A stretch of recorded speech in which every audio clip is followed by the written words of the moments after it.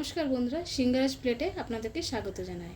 আজ আমি বানাবো ইলিশ বেগুন দিয়ে ঝোল। গরম হয়ে গেছে, আমি এবারে সরষের তেল দিয়ে দেবো।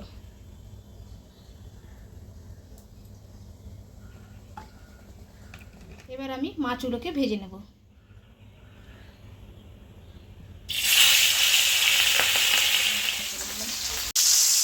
মাছগুলো ভাজা হয়ে গেছে। বানানোর জন্য আমি ফোড়নে দেবো কালো জিরে, কাঁচা লঙ্কা।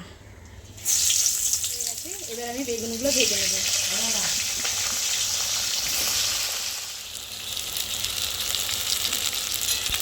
ভালো করে ভাজা হয়ে গেছে, এবারে দেবো সর্ষে বাটা।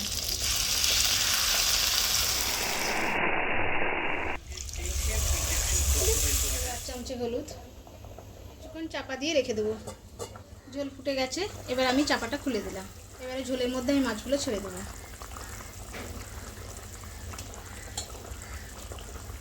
আবারও চাপা দিয়ে রেখে দেবো।